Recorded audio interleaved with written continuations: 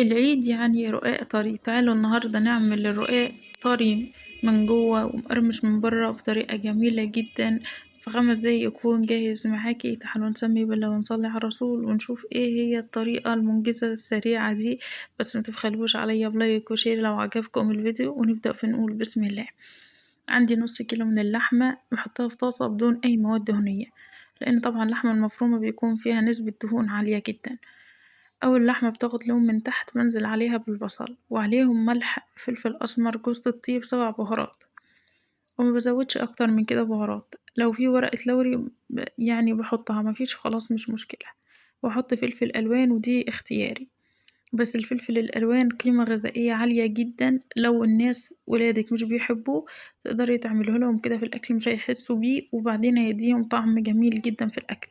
لذلك أنا كل وصفاتي بحط فيها فلفل ألوان، وهو تمنه رخيص جدا مش مكلف بالمرة. عندي شوية شوربة حلوين عليهم معلقتين من السمنة، وممكن لو الشوربة دسمة في نفسها ما نحطش سمنة. والحقيقة ان انا المفروض كنت حطيت لبن، بس ملقتش في السوبر ماركت، قالوا ما بينزلوش في العيد. لو مفيش لبن مفيش مشكلة خالص عادي، هتنفع برضو.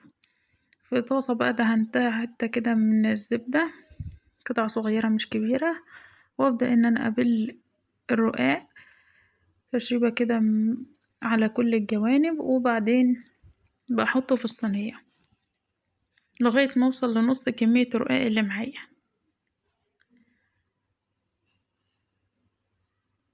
بالشكل ده كده. هحط بقى نص كمية اللحمة. انا طبعا عاملة صينيتين، صينية بالطول وصينية مدورة،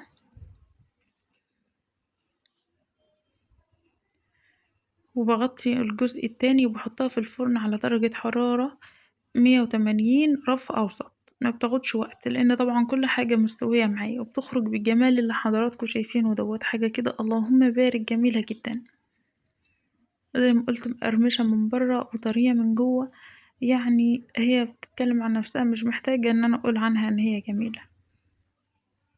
هقطع بقى وابدأ ان انا احطها في الاطباق. هي طبعا لسه سخنة، انا لسه مخرجاها من الفرن، حتى مش قادرة احط ايدي عليها. شايفين الجمال؟ ما شاء الله اللهم بارك. ما خدتش وقت، سريعة، ما فيهاش بقى اي افتكاسات ولا اي حركات، وتاكلوا احلى صينية رقاق.